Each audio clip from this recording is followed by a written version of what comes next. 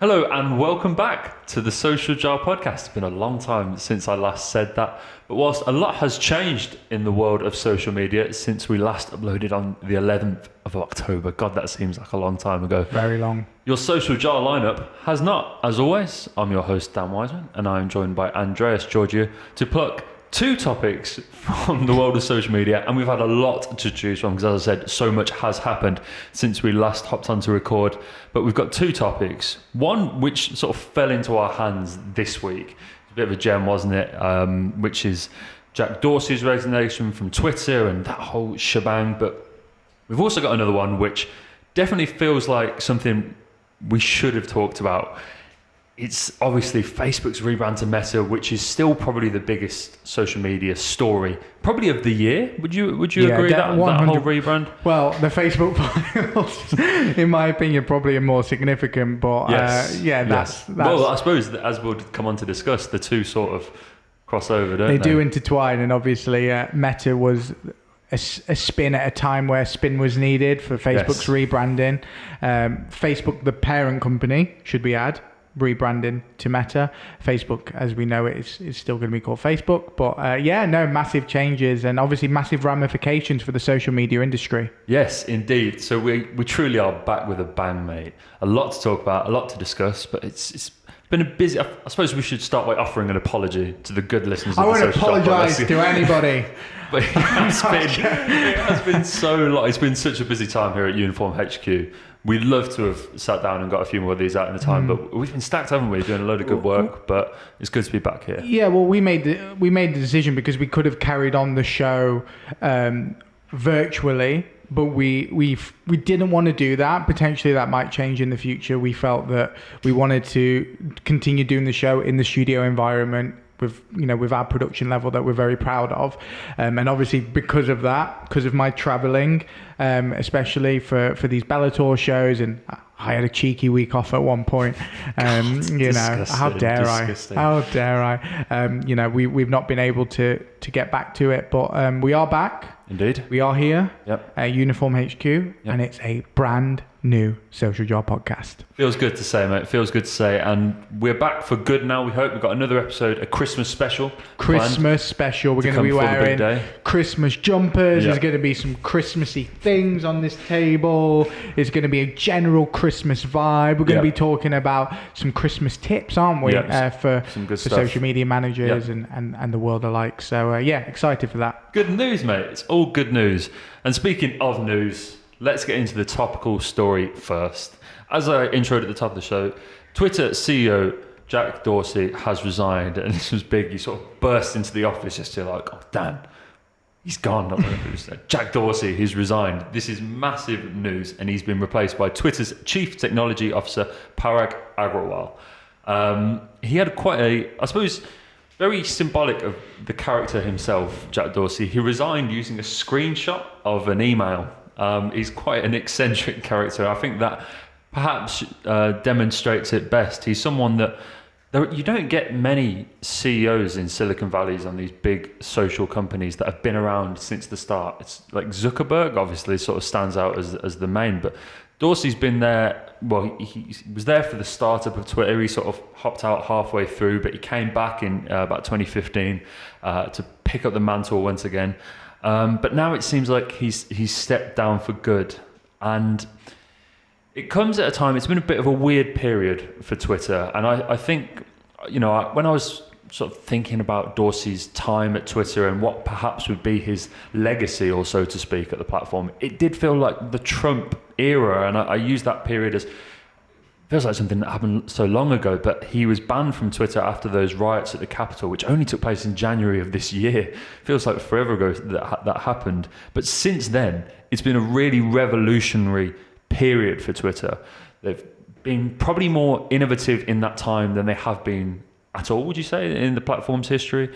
Some hits, some misses, as we've discussed at length on this show. But what were your initial feelings seeing the resignation after, when you take in mind the year 2021 for Twitter? Were you surprised? I definitely wasn't surprised because there's been pressure on Jack Dorsey for a while now, from an executive level, from a shareholder level, for Twitter to meet its targets and perform not only as a company for company growth, but also financially. And the writing has been on the wall, I believe, for a while now, at least for the last year or 2 years, perhaps. And when you kind of look at what you're saying there, this year they've tried so many different things. That's very telling as well, because it can be viewed as maybe desperation or a Hail Mary to try and create something different at Twitter. And they've tried very hard. They tried Fleets, which was obviously their rip-off of Snapchat / Instagram story, wherever you want to originate that from, and that just did not work whatsoever. They cancelled that pretty much a few months after it rolled out worldwide. One thing which did work is Spaces, which is obviously the Clubhouse variation. It's really funny, isn't it? Everything we're talking about, it comes from elsewhere. Yeah, I use innovation very loosely. Yeah, they're like, hey, I like that. So let's make our own one of those. But you know what? Spaces is actually fantastic. Yeah. Spaces, in my opinion, is better than Clubhouse, because Clubhouse, as we've said many, many times on this show, is this closed box community that for a very, very long very long time was, this exclusive invite-only iOS user-based community, which not everybody had access to, and it became very elitist, and I don't think they were ever able to shake that off. Obviously, Clubhouse is still around, but Spaces, because it's integrated within an app which has already got a phenomenal user base, works very, very well. And we just need to talk about the Christmas sing-alongs? Yeah, the single dialects. That took off the other day. But you're right, mate. Spaces, I really felt you're right. It felt like they were to use that classic social jar phrase, they were throwing slime at a wall to see what stuck. And Spaces stuck. Yeah. Like it was a real hit right from the off, and it feels like now, we sort of joke that I don't think that they ever sort of imagined a virtual karaoke night would be what was Spaces' peak moment in 2021. But it shows the diversity of the feature. It shows that you can use it as a sort of very corporate conference-like place if you want to, but you can also use it to do karaoke. It can be whatever you want it to be, and I think that's what Twitter really did a good job of sort of promoting that variation, and it's shown recently. And I thought that was really Twitter finding its lane. I thought that Fleets, we said it at the time, it never felt like Twitter. It never felt right. If it felt like just copying things for copying them's sake, like, oh, that is popular there, we should try that. And I think you've got to keep some form of identity. They didn't do that, and I think you're right. Perhaps that was what put the nail in Dorsey's coffin. But look, it's all about the product. If you just think about, well, actually, it's not just about the product. But what I'll use the analogy to state is like when touch phone. Can you tell it's been a while since we did this? It's been a while. I'm a bit dry. Touch screen phones, when they first came out, obviously introduced. Apple weren't the first ones, but they're the first ones that brought it to the mass market. And after that, the Blackberries died, the Nokias. These kind of touch pads. They ceased to exist because everybody realized, rightfully so, that this was the future of technology. So then you've got a level playing field. Everybody's got a touchscreen. Then what? Mm-hmm. What differentiates you once the product is the same? And you have to remember, a lot of people look at social media as it's the same thing. Facebook, Twitter, LinkedIn, whatever. They don't care, unless there's somebody that really engages on that platform. So it has to be, why should I use this platform? And Twitter were based on, let's give them more features that they like elsewhere so that they can stay here for longer. And it just... with Fleets, it definitely didn't work. Spaces is great, and they're constantly developing Spaces, and they are doing right by that. Now you can download your recording after the space. You can do more scheduling stuff with that as well. So they're doing really, really good. But then if you actually look at the core product, what's different, what they changed about Twitter, I mean, there isn't really much. The only thing that you can say to their advantage is they took the hardline stance against Trumpism. Mm-hmm.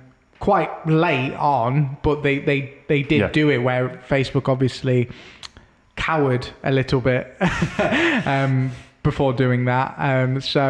Yeah, I mean, in terms of what they've done throughout Dorsey's legacy, the truth being told, if you look at Twitter back, when it was founded 2006 versus now, as a product, it's essentially the same thing. You've got a few little, different, bells and whistles on there now with, these other features, but it's still the same tool. Whereas Facebook or Meta, to use the example, it's incomparable how that's developed. Facebook becoming more of a video platform, a game streaming platform. There's so many other things, a shopping platform that you can do on Facebook, whereas Twitter has maintained the same. And I looked up at something really interesting just now before we came on the air as well, which I think you'll be able to go into a little detail with as well, Dan, is the shareholders and the cost per share. So when Twitter opened, it opened at around $45 per share.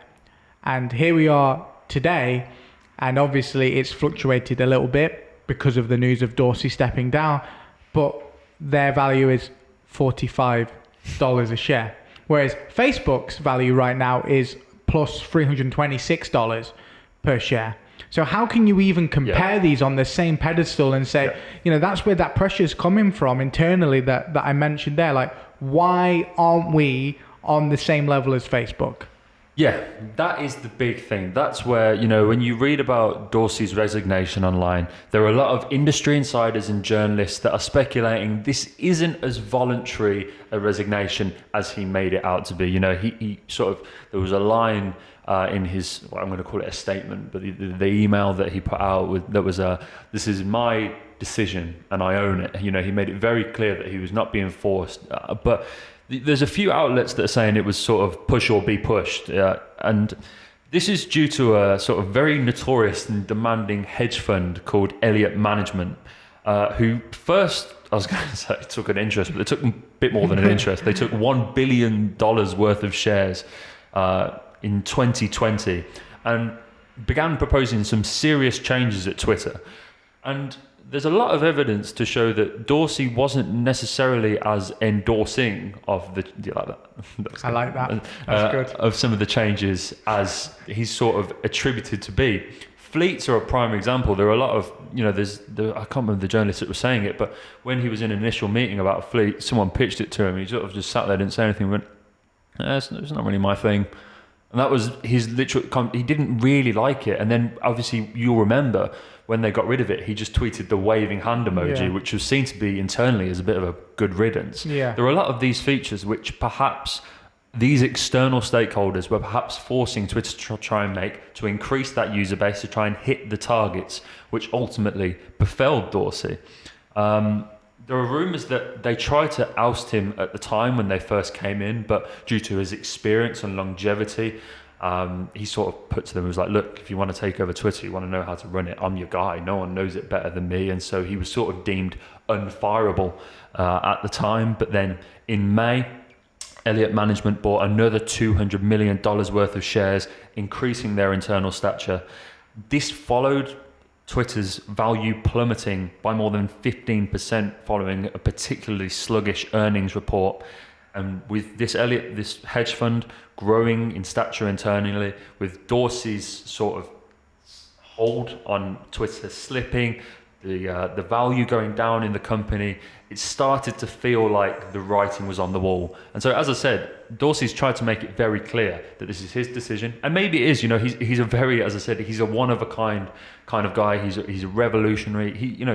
He's changed the world. This guy, you have to give him his dues. But I mean, he's a very sort of, he's a caricature of the Silicon Valley CEO. He's like, a multi-millionaire, but dresses in tie-dye t-shirts, got this long beard, wears sandals all the time. He's this kind of guy. So it's very possible that with this sort of laissez-faire attitude that he has to life, that he just woke up one morning and went, no, I don't fancy this anymore. He is that personality. So you can't, I'm not saying just to turn against his word completely, but there's a lot of news out there that says that perhaps this wasn't as voluntarily based as he was making out to be, which is a shame. Well, I mean, but it's speculation, isn't it? We don't know, the ins and outs of it. We can just say what we think. But what we now need to consider really is that the next 12 months are going to be crucial for Twitter, because we've seen in the past where, Steve Jobs stepped down, Bill Gates stepped down from, Microsoft and Apple. If you don't put the right person there, then things might go pear-shaped. And Parag has been described in the Guardian article that I was reading as a safe choice that obviously the investors backed. And Jack said that it was his selection as well, someone that he was pushing for, the CTO, to be the CEO now of Twitter. And I guess if Jack's describing him as a safe pair of hands, you would assume that it's almost going to be an extension of what the vision of Twitter was from the very beginning when it was founded in 2006, that Parag will hopefully continue that legacy on. But if we're reading into it about this Elliott management stuff, they're not going to want somebody in charge that isn't going to conform to their demands. So this is the thing. If Twitter lose their direction in the next year, it could go pear-shaped. It could go very, very wrong for them. Could open up an endless possibility of outcomes for them, which aren't very savory. So very crucial to see what happens in the next 12 months. But, Dorsey's legacy, as we've said there, he's brought Twitter to the masses. He's obviously done a great thing in terms of creating a tool of discussion and to build communities, on Twitter and build friendships around the world. And that's one of the great sides of Twitter that I don't think anybody can ever play down. Yeah, 100%, mate, 100%. And you mentioned that the next 12 months are going to be very crucial for Twitter. It's going to be interesting to see what kind of direction they take. It's lost its way, as we were sort of saying, a little bit in the last year, but perhaps it's finally starting to show signs of getting itself back on track. Just before we move on to the next topic, are there any things that perhaps you envisage happening or you would like to see happening? Any changes? What kind of direction do you think that Twitter should be taking right now? Yeah, Twitter, in my opinion now, is 100%. There's no doubt in my mind that it's going to go towards this kind of more paid structure, which obviously we've been talking about in the past with Twitter Blue. But I really think, look, if you need to make this product commercialized and make sure that it's somewhere where, Facebook is always heralded for being a place that advertisers want to spend money. That's not always necessarily been the same case with Twitter. Yep. And that's one of the things that, the directors have been talking about in various news outlets, is that making it commercially viable place for advertisers to spend their money. So I think we're going to be looking at a lot of changes, in my opinion. I think that there is going to be this tiered system with Twitter Blue where there's going to be more features available to people who pay for it. I think maybe even seeing more adverts. I know we see the occasional advert on Twitter anyway, but that's generally quite limited. You might only come across maybe one or two a day at most. I do think that that's going to absolutely increase as well. So yeah. I think that's interesting, and you're starting to see with super follows and stuff like that. You're starting to see little signs of that they're trying to make it certain elements of it more exclusive. I mean, we still haven't had Twitter Blue here in the UK, which feels like a big flaw in the system, right? Because I know that we've been very eager to get a feel for what it's about, and this was something that was announced back in May, and here we are sat in December, and there's no signs of it coming to the UK yet. So hopefully we do see them start to speed these processes up. Perhaps there's a lot of new features which we're still yet to get certain portions of the world are still yet to get their hands on. I would like to see a move to slightly longer form content, and I know that sort of goes against what Twitter has stood for a long time, but I think it's starting to emerge as the sort of center for news on social media, where breaking news happens, like conversations that are like, it's always on Twitter. And I think that when, considering they've brought review newsletters to the platform as well, this long form content, I think we could start to see a bit more of. Yeah, but it is back to that throwing slime at the wall, analogy, because they bought Periscope, which was their idea of implementing live video, and they pretty much did nothing with that. Obviously, Periscope is available for people to publish live, but it's not really kind of a promoted tool that you can use. Vine, they bought it and absorbed it, did nothing with it, and then left the consumer market open, looking for a platform like that, which ByteDance, they took advantage of and created TikTok. So it's like they've had all these opportunities and they've tried all these different things that still aren't working. So that's where I believe the pressures come on Dorsey, and that's why I think we're going to see a new age for Twitter in the weeks, months, and years ahead. Absolutely, mate. And I think that's a very nice note to close that section on, because speaking of big changes in the world of social media, we've got a hell of a big change to discuss in Meta. It's a big. It's a big. It's funny that a lot of people have a problem with the name, and I do too. Actually, Come on, go on. No, tell me why. This is a bold rebrand, right? And I do think that it's sort of covering up the Facebook files. I do think there is an element of that, because Zuckerberg said himself that the metaverse is at least 10 years away. It's a hell of a lot of funding. It's a hell of a lot of infrastructure, employees. There need to be so many different technological advances, even for this to become possible. And it's not even like the metaverse is a clear thing. It's like sort of if you went back to the 70s and tried to describe the internet to someone, it's like that's what they would have thought it would be. It's nothing. Like it's just a concept. It's an idea. It's a hypothesis in a way. That's all the metaverse is. It's the same as the term cyberspace. You know, it's like it doesn't really has no concrete definition. And to rebrand your company Meta, short for Metaverse, when you're still inherently a social media company and will be for the next decade, Zuckerberg was saying, it feels like it's a lose-lose. Well, there's a short-term win in that you cover up the Facebook files, but it feels like a lose-lose long-term, because you either go ahead and you build a metaverse and no one's surprised, because it's like, yeah, you rebranded yourselves as Meta and you gave us the metaverse. Like, that's all we were expecting. You can't get kudos for that. Or you fail to deliver the metaverse, which is still something which is not set in stone, might not happen as they envisage it happening, and then you end up with egg on your face because you're named Metaverse and it never materialized. Well, interestingly, you know, from people I've already been speaking to in the industry, those kind of discussions about how Meta is going to be commercialized, those conversations are already happening with brands and businesses about what's available out there, about the tools that can be used in this virtual universe or this meta universe that Facebook are building. So, you know, even if it's still 10 years away, people are already, and businesses and you know, sponsors and advertisers are already seeing the potential of what metaverse can be. So yeah, there could be egg on face, and you know, there could be a lot more than that on faces. But you know, the concept of it, I'm not as boldly kind of apprehensive of it as you are, but I do definitely see like this.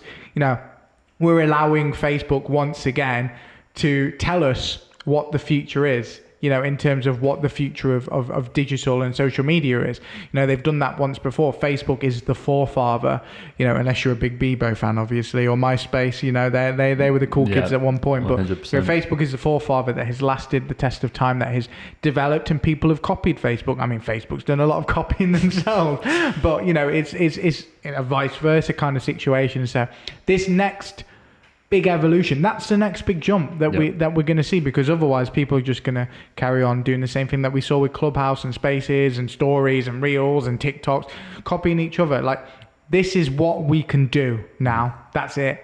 What's 100%. The next step? And that's what Meta represents. 100%. I think there is the Internet 3.0 is coming. I thought it was a little bit early. Maybe a few years down the line, once you know for sure that, okay, we've got the funding, we've got the plans to build this is happening now, let's rebrand, and then boom, you're away. The problem is that I do feel like if they'd done it 5 years down the line, once the infrastructure's there, once they had the funding and knew for concrete, this is the vision, this is what we want to do, let's rebrand, and boom, you're away. That would have felt like a better time. I do feel like it was to cover up the Facebook files. I don't think that they did anything. That really grinds my gears, man. Like, that was such a bad indictment of the company, and they literally just were like, let's just rebrand. We don't have to do anything. We just rebrand. Well, here's the thing, like, it is many years away, and Facebook look, Facebook hasn't just been taking a battering because of the Facebook files. Look at the whole election campaign in the United States, and them pretty much being advocates of Trump and allowing that extremism to happen on their platforms, which is extremely dangerous. Nobody challenging the misinformation until the very, very end. They were taking a beating for quite some time, and I think they realized, especially once the Facebook files came out, it's like it's now or never basically with Meta. Do we wait or do we just go now? And it helped cover a few things up, but also it's in the intention of being first. The first man on the moon, the first man to drink, a can of Coke upside down. These really amazing things that you need to be first with. They wanted to be the first platform to say, look, we're investing in the future, and it's a status symbol. It's a Zuckerberg swinging his around the room and saying, look, this is what we represent as a company, and that's what the branding to Meta represents as well. But I do agree with you, like the time is very conspicuous. Yeah, it was. And we like to see the social media, not just Facebook, we like to see them being held accountable when they do things wrong. And the reason that we're talking Meta is because this week they were held accountable, and it took them the hammer of Thor. It came come down heavy. It came down hard, my friend, from the UK. I'm proud to say that. UK from represent. Indeed, we do something right. That's because Meta has been ordered to sell Giphy, the sort of GIF searching platform. GIFs creation and searching platform. There you go. There you go. Do you work for Giphy? That was kind of felt like an official endorsement almost. But so the company, they bought Giphy back in 2020 for a fee that was reported to be around £236 million. They plan to integrate Giphy almost exclusively into Instagram and WhatsApp, who are subsidiaries of Facebook, now Meta. But they were immediately stopped from doing so by the UK's Competition and Markets Authority, who was sort of like, wait, we sell, that will come into that later, but smell something a bit fishy about this. They said that there was a pending investigation, they couldn't touch Giphy until the investigation was done. Fast forward a year to 2021, and that investigation is done, and they've been ordered to sell Giphy by the CMA. I've got a statement here. The CMA said, after consulting with interested businesses and organisations and assessing alternative solutions put forward by Facebook, the CMA has concluded that its competition concerns can only be addressed by Facebook selling Giphy in its entirety to an approved buyer. Yeah. It's probably not the outcome that Meta wanted, and one that they definitely will contest. We're hearing that they're gonna try and get this overturned. Can't imagine them like, you got me. We'll just sell that because look, Giphy is a great platform in terms of GIF creation, and when you talk about places where GIFs are stored and made, most people only know Giphy. Yeah. Most people don't know any of these other websites, so obviously it's already a reputable brand.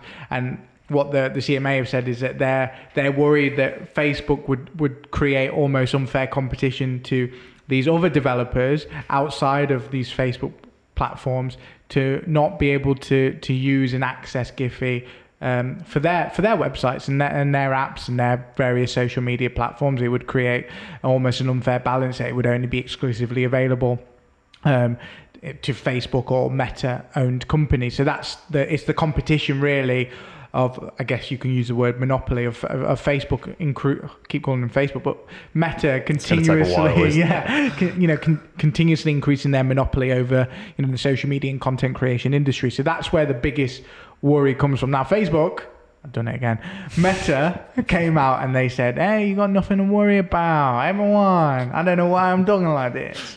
Everyone can use it. Everyone, I don't even know what I'm doing, but everyone can." I'm supposed to be like a cool surfer dude. Right, got it. I don't know if that's a lot of them work at Facebook. Don't know if Meta. that's coming across. Yeah, you use it for your apps and stuff, and that's cool by us. Yep. But I don't think it is cool by them.